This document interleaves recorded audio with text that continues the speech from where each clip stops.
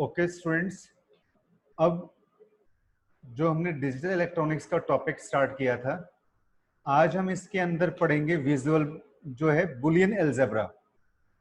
ठीक है, इसके अंदर आज हम पढ़ेंगे बुलियन अलजेब्रा। नेहा और मंजीत क्लियर हो रहा है? आवाज आ रही है मेरी?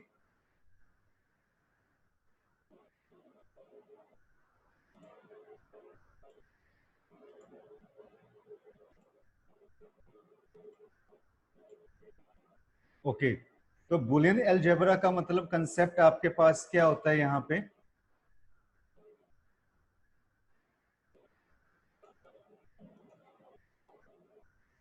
Boolean algebra is used to analyze and simplify the digital logic circuits.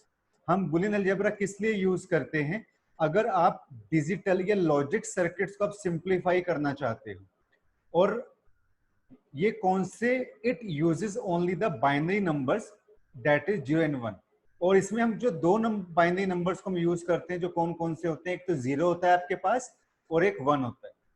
ठीक है, it is also called as, इसको हम क्या बोलते हैं? बाइनरी अलजेब्रा या लॉजिकल अलजेब्रा भी आप इसको कह सकते हो। और ये स्टूडेंट जो बुलियन अलजेब्रा है आपके पास, ये कब आया था आपके पास? 1854 में। और इस बुलियन अलजेब्रा को किसने इन्वेंटेड किया था? जॉर्ज बुले ने। ठीक है, किसने इसको इन्वेंट किया था? जॉर्ज बुले ने। अब देखिए, बुलियन अलजेब्रा करने से पहले आपको कुछ रूल्स मालूम होने चाहिए। वो रूल्स कौन कौन से आपके पास होते हैं, ये इसके कुछ रूल्स हैं। थोड़ा सा मैं इसको मैक्सिमाइज कर देता हूं। इसके रूल्स क्या है कि जो हम इसमें वेरिएबल्स यूज करेंगे उसकी केवल 2 वैल्यूज होंगी। ठीक है, हाई और लो, ये 2 वैल्यूज होंगी। हाई के लिए जो वैल्यू होगी वो क्या होगी? 1 होगी।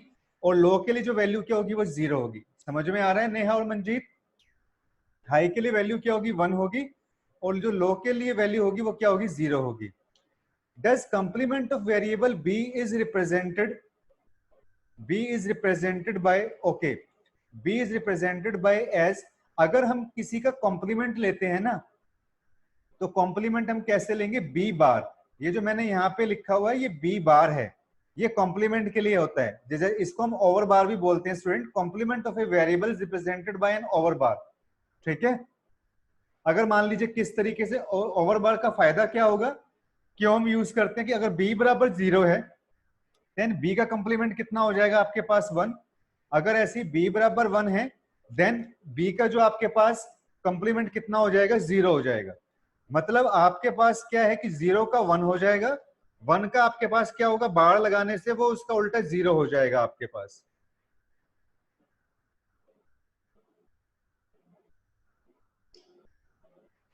ओके,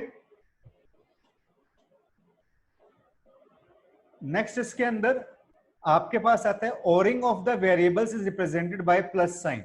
अब बुलियन अलजेब्रा में अगर हम कुछ भी और कर रहे हैं, जैसे मैंने स्टूडेंट आपको लॉजिक गेट्स में आपको और एंड के बारे में बताया था।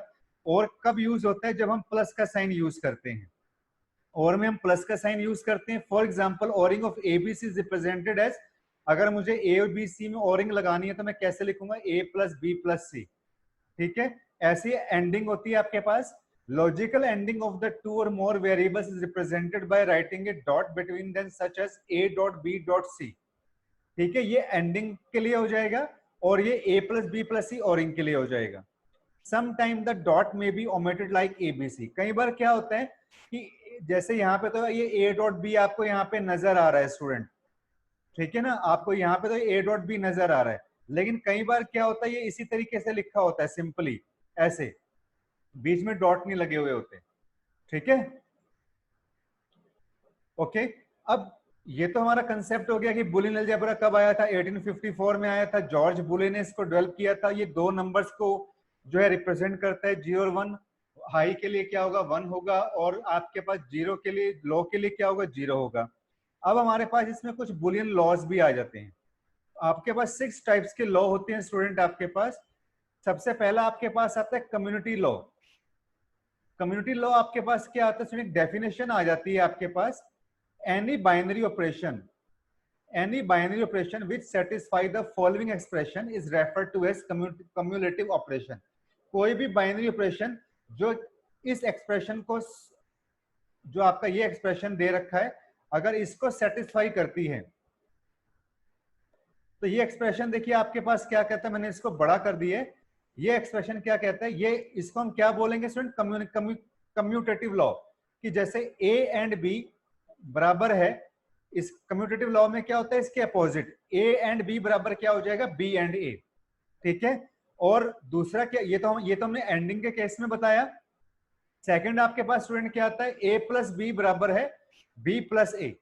ठीक है, ये ओरिंग के केस में हो जाएगा। तो कम्यूटेटिव लॉ में क्या हो जाता है, उल्टा हो जाता है। तो commutative law states that changing the sequence of the variables does not have any effect on the output of A logic circuit. ये लॉज क्या हमें बताता है कि जो इसका सीक्वेंस अगर हम चेंज कर दें तो इससे लॉजिक सर्किट की आउटपुट के ऊपर कोई इफेक्ट नहीं पड़ता। ठीक है, ये समझ में आया स्टूडेंट कम्यूटेटिव लॉ आपका। ऐसे ही आपके पास आता है एसोसिएटिव लॉ। ये बूलियन अलजेब्रा के कुछ लॉ होते हैं स्टूडेंट, ये अच्छी तरीके से आपने तैयार करने हैं। एसोसिएटिव लॉ आपको क्या कहता है, एसोसिएटिव लॉ आपको बताता है कि this law state that the order in which the logic operations are performed is irrelevant as the effect is the same. तो इसकी देखिए इक्वेशन क्या है आपके पास स्टूडेंट, उसमें तो हमने ये क्या किया था, ए एंड बी बराबर बी एंड ए, उसका अपोजिट, उसका हमने उसका अपोजिट किया था। इसमें क्या होता है कि जैसे आपने मान लो एंडिंग के केस में क्या किया, ए एंड बी को आपने उल्टा लिखा। ठीक है, ए एंड बी को आपने उल्टा लिखा, बाहर डॉट सी डाला, तो इसका क्या होगा कि जो ये वाला है आपके पास, इसको हम दूसरे तरीके से कैसे लिखेंगे, A and B dot C को हमने ब्रैकेट में लिख लिया। पहले हमने ए एंड बी को ब्रैकेट में लिखा था, अब और सी को बाहर निकाला था, इसमें हमने ए को बाहर निकाला, बी एंड सी को ब्रैकेट में कर दिया।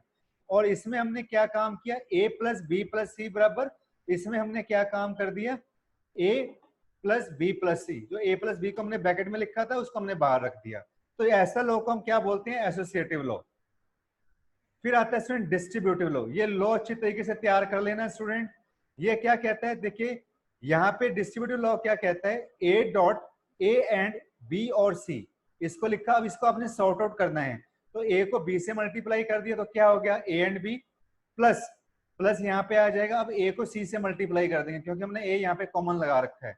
तो जो ऐसा ही होता है इसको हम डिस्ट्रीब्यूटिव लॉ बोलते हैं। नेहा और मंजीत समझ में आ रहा है, थोड़ा सा नया कंसेप्ट है, नेहा और मंजीत समझ में आ रहा है ना आपको। अब आता है नेक्स्ट आपके पास एंड लॉ आता है। एंड लॉ आपको क्या कहता है इसके अंदर, this law uses the end operation. ये किसको आपके पास यूज करता है, ये एंड ऑपरेशन को यहाँ पे यूज करता है। इसमें क्या होता है कि जैसे हमने यहाँ पे ये लिख दिया ए डॉट जीरो, ए डॉट यानी कि ए को जीरो से मल्टीप्लाई करेंगे तो जीरो आएगा आपके पास। अगर मैं ए को वन से मल्टीप्लाई करता हूँ स्टूडेंट तो आपके पास ए आएगा। अगर मैं ए को ए से मल्टीप्लाई करता हूँ तो ए आएगा। अगर मैं ए को ए बार से मल्टीप्लाई करता हूँ तो जीरो आएगा। ये याद रखना है आपने। अगर ए को जीरो से मल्टीप्लाई करो जीरो, ए को वन से मल्टीप्लाई किया ए को ए बार से मल्टीप्लाई किया जीरो, और ए को ए से मल्टीप्लाई करेंगे ए आएगा। और लो क्या कहता है आपके पास, और लो क्या कहते हैं, these law use the OR operation, therefore they are called as OR laws. इसमें आपके पास क्या होता है, ए प्लस जीरो बराबर क्या हो जाएगा स्टूडेंट, ए होता है। ए प्लस जीरो बराबर क्या होगा, ए होगा। ए प्लस वन बराबर क्या होगा, वन होगा। ए प्लस जीरो बराबर ए प्लस वन बराबर क्या होगा, वन होगा। ए प्लस अगर मैं ए कर दूं तो ए होगा, ये दो ए नहीं हो जाएगा स्टूडेंट, मैथमेटिकल नहीं होगा, ये एल्जेब्रा है। एल्जेब्रा के लॉ लगेंगे, बुलियन एल्जेब्रा के लॉ लगेंगे। ए प्लस जीरो बराबर ए प्लस वन बराबर वन, ए प्लस ए बराबर ए, और ए प्लस ए बराबर क्या हो जाएगा आपके पास, वन हो जाएगा। ठीक है, ये और लॉ होता है आपके पास। इन्वर्जन लॉ क्या कहता है आपके पास, इन्वर्जन लॉ आपके पास क्या होता है, ये रिवर्स होता है। और इसकी डेफिनेशन आपके पास क्या कहती है यहाँ पे कि this law uses the not operation, this law uses the, this law, हाँ जी मंजीत, ये थोड़ा सा लर्न करने पड़ेंगे, थोड़ा सा ये एक जैसे मिलते जुलते हैं। अगर आप एक दिन में भी एक लॉ याद करते हो, एक लॉ की अच्छी तरीके से प्रैक्टिस करो तो 5-6 दिन के अंदर सारे लॉ तैयार हो जाएंगे आपको। This law uses the not operation, the inversion law state that double inversion. आपने काम करना है मंजीत, थोड़ा थोड़ा करके आप काम करो, हर चीज क्लियर हो जाएगी। The inversion law state that double inversion of a variable result in the original variable. तो इसकी इक्वेशन आपके पास क्या है कि अगर मैं किसी को, अगर मैं ए को डबल कंप्लीमेंट कर दूं, मैं ए को डबल कंप्लीमेंट कर दूं तो डबल कंप्लीमेंट में कैसे हो जाएगा, ऐसे ए डबल बराबर है ए, ए डबल बराबर क्या हो जाएगा, ए वापस एक ही कंडीशन पे आ जाएगा।